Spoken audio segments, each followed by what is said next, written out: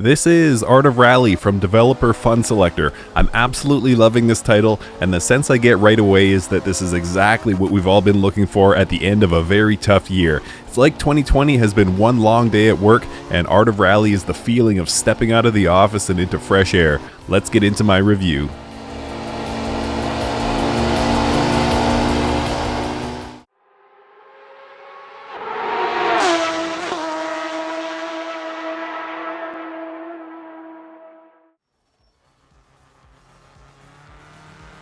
What's up guys, it's Mike for SimRacing604 and welcome to Art of Rally for PC.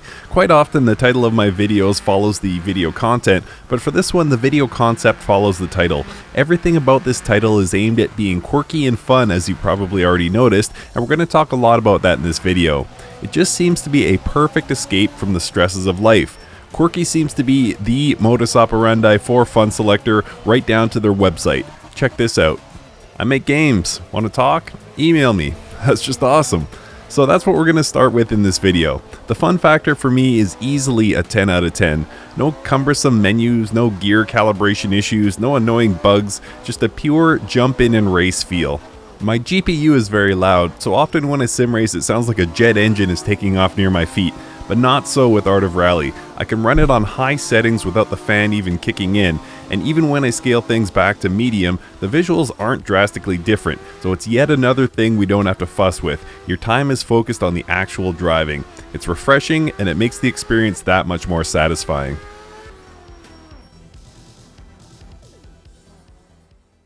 The second major selling point for me here is the sense of progress and accomplishment. As much as I love Assetto Corsa Competizione, R-Factor 2, AMS2, and a number of other sims, your progress is typically limited to improving your lap times. You generally have access to all of the cars and tracks from the time you first launched the title. Here in Art of Rally, it's a different type of game, and you have to win races to get access to further content. And that is actually one of my favorite things about the titles I grew up with, like Gran Turismo. The requirement to win races to progress injects a massive amount of incentive to improve into a racing title, and of course that incentive leads to replay value and a great endorphin rush when you do unlock a car. And I could probably stop this review here at huge fun and great replay value, but there's so much more to unpack. The visuals in this title are without a doubt the most defining and unique feature. Most racing titles go to great lengths to give users a realistic visual experience, but not Art of Rally. Not only are the graphics more artistic than realistic, there's also a driving view that gives you the perspective of a drone. At its best, the game can look gorgeous. The light shining through the trees in Japan, for example, is very well done, but it's juxtaposed with spectators that are literally just 3D blocks. So the graphics are not for everyone. Definitely not. When you launch the game for the first time, you're placed into a training and practice area, and it only takes a minute or two to get used to the view, but at the same time it's so different from what most of us are used to that it could definitely be off-putting to some. But there is a functional advantage to the drone view as well. Unlike most racing titles, there's no need for a co-driver to call instructions about upcoming turns, since you can see a ways ahead on your own. So while in most rally titles the sound is dominated by calls, Art of Rally lets you listen to the very chill soundtrack and the engine notes. The sounds are good, but not great. In many racing titles the sounds really add to the immersion factor, but this title isn't hung up on immersion and realism, so the sound very much takes a back seat to the driving and interesting visuals. Some of the cars can sound interesting, but don't expect race room levels of realism. Because it's so focused on a fun, relaxed tone, you can enjoy this just as much with a podcast or your favorite Spotify playlist on instead of the in-game sounds. But here's a sample.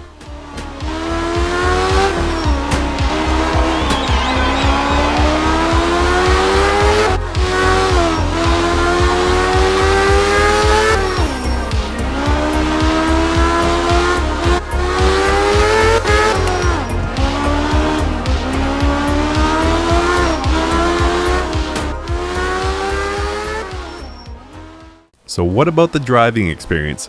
And I should preface this section by saying that this game is intended to be played with a keyboard or a controller rather than a wheel. I used an Xbox One controller myself, and I was very impressed. There's some surprisingly good driving physics at play here. I'm not going to go down the sim versus game rabbit hole here, and honestly no one considering buying this title should get hung up on that distinction, or you'll be missing the point entirely. But I will say that the cars behave in a surprisingly predictable and sensible manner. And that's maybe the most important point here, because if they were going for fun but the driving was frustrating or the car behavior didn't make sense based on your inputs, you wouldn't be able to enjoy yourself.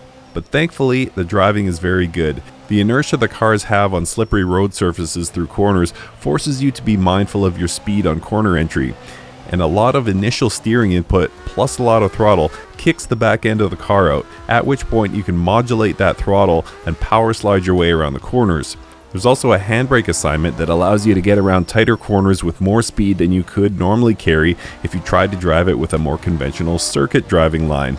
Another thing Art of Rally does quite well is suspension physics. There's a good amount of heave at play through the stages, which is something you need to be mindful of, and landing jumps with a bad camber or at an angle will usually send you off into the trees. All in all, the driving experience is really well done, and it just might surprise some people. There's one final selling point of Art of Rally that I want to touch on, and it's another case for the strong replay value of this title. While you're playing, you sometimes feel like you're in an interactive lesson on the history of rally. The names have been changed, but the cars and drivers going back 50 years in rally racing are represented here, and even though Funselektor isn't trying to top Dirt Rally for realism, driving some of the most iconic rally cars does feel really cool. Race Department is also now hosting a lot of free downloadable liveries for this title to add to the sense of the cars looking iconic. And there's even blurbs written into the menu screens that add to the sense that you're experiencing the history of rally racing while having crazy amounts of fun. So not only do you get the sense of game progress I talked about earlier, but you also feel a sense of progress through time. It's a tremendous feature and something I wish more titles did. The gameplay of Art of Rally really plays to the jump in, jump out style. In a few short menu screens, you're back into your career. Each rally location has a few stages, with each stage lasting a few minutes, so you can easily load the game and complete an entire rally location in 15 to 20 minutes and get back to your day. And the format is set up so that there are multiple rally locations in a season, starting you back in the 70s. As you complete stages, rallies, and years, more years are unlocked along with the cars that define that era. During a stage, just like in real life and other rally sims, you'll have stage breaks where you'll have the option to repair your car and fix any damage you accrued during the preceding stages. Even though the gameplay is among the easier racing titles you'll play, your stage times are ranked, so you're not only racing against the AI, but also seeing how you stack up against other players. The game also pits you against the rest of the world in daily and weekly online timed leaderboards. And thankfully in single player, the AI doesn't show signs of rubber banding.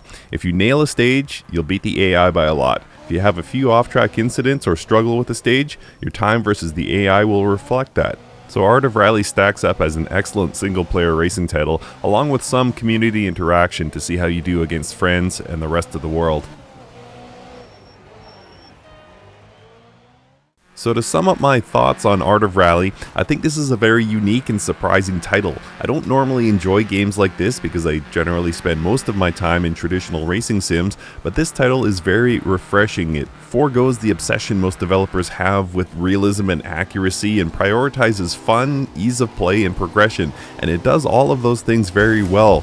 Art of Rally is for anyone seeking a fun racing experience that doesn't overly tax your PC, a break from the complications of modern racing sims, or rally fans looking for a sense of history and nostalgia.